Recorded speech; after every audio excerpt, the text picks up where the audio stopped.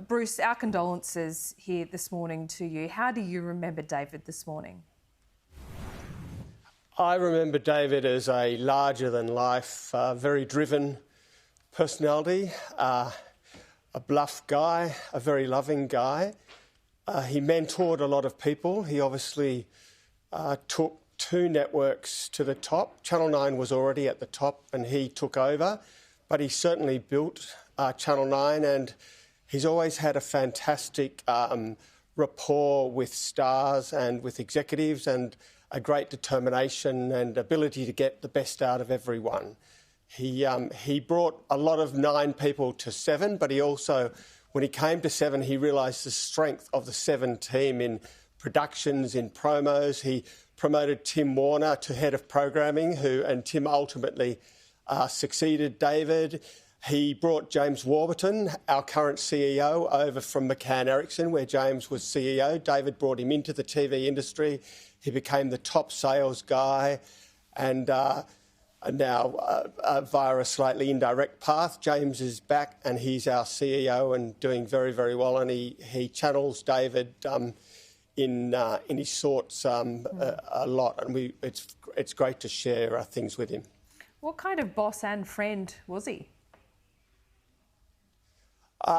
He was an incredibly passionate man. He hit it well, but he was extremely creative. He always had to win. He was a fearsome competitor, but he also got the best out of all people. He had a reputation for being very tough, and he definitely was. But he also drove people to achieve their best. He always congratulated them. He was cohesive, and he built a fantastic team, which is why people followed him. Yeah, indeed. And Bruce, you wouldn't have been friends with him if he didn't have a softer side outside of work. Tell us about that. That's right. He had to be very tolerant to put up with me. I don't think he would have said that at all, Bruce. But what was he like as a friend? Because I know that he and his wife, Skye, have done so much for charity along the way as well. Yes, any cause for David, especially his wife's causes, like the children's medical charity, which they drove to great heights, they were very close to his heart. He took on causes, like at the end of 9, or in the middle of 9, he had to deal with the Super League and the launch of pay TV. David just took everything on. He was consistent, he was driven, he followed through, and he had a very, very big heart. Why was he so good at his job? Why was he so good at TV, do you think? You said that he was very creative, but he kept it well hidden.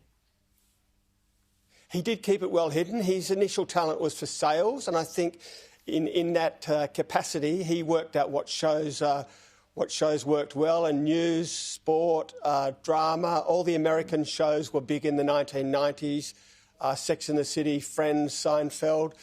David had great links with the Hollywood studios. He had great links with the local creative community. He was big in news, and he was very closely allied with sport. Remember, he took the AFL to 9 for a while, which was a big loss for 7, but then when he came to 7, he won it back. Yeah, he leaves quite a legacy this morning. You're just talking about the way he was as a friend, but also as a boss and a colleague as well. Does any particular deals come to mind this morning that you remember? Oh, lots of deals. He bought Murdoch magazine from Matt Hanbury and got Better Homes and Gardens and Marie Claire to 7.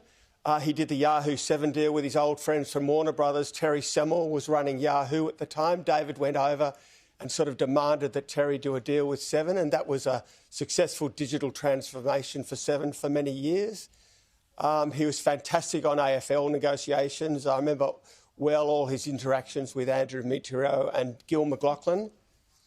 And, of course, he was always with tennis. We had all the dealings with tennis, with Harold Mitchell and all the people who made tennis so great. As we've said this morning as well, my heart goes out to Skye in particular. They had such a formidable relationship. Skye has done so much work for charity in which he supported her in doing. How is Skye and the family this morning? I've spoken to Skye this morning. She's obviously very sad. I think maybe the end was quicker than they thought. You must remember Skye used to be on air at 7 when they met. Skye was the PR force of David Jones, and they were big advertisers, and they used to make lots of appearances. So it was sort of a marriage made in network heaven, and they drove it every way. They had a great time. They got married in New York. Then they had 2 wonderful sons. David's got his other son, Tim, who was at Fox Sports, and it's a very, he was a loving father, a very generous father who was besotted by those boys, and he always tried to do everything he could for them and for Skye.